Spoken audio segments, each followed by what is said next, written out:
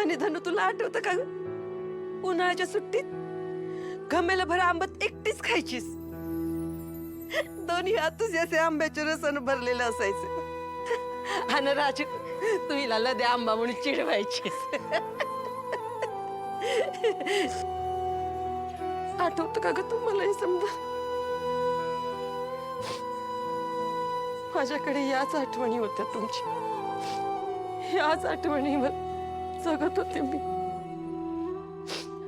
बाळांनो, रोज मला वाटायचं जिथं आहे तिथनं घराकडेच धावत सुटावं, तुमच्याकडे यावं, तुम्हाला घट्ट मिठी मारावी आणि तुम्हाला सांगावं तुमची आई जिथे आहे रोज तुमची आठवण काढते.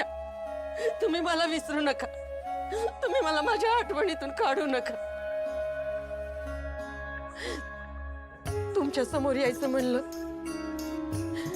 तर पावलं धजावत नव्हती माझी, आणि तुमच्यापासून लांब जायचं म्हणलं तर मन ऐकत नव्हतं माझं.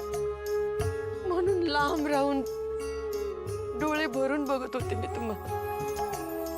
घरात बाई माणूस नसताना तुम्ही सगळे मोठे झाले. माझ्या सूर्यासाठी हे समजा लई अवघड गेलं असणार, पण त्यानं करून दाखवलं. माझ्या माघारी या घराची आई झाला तो.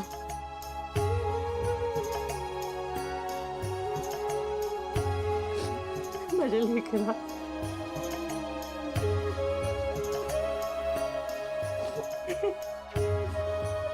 मी नेहमी म्हणायची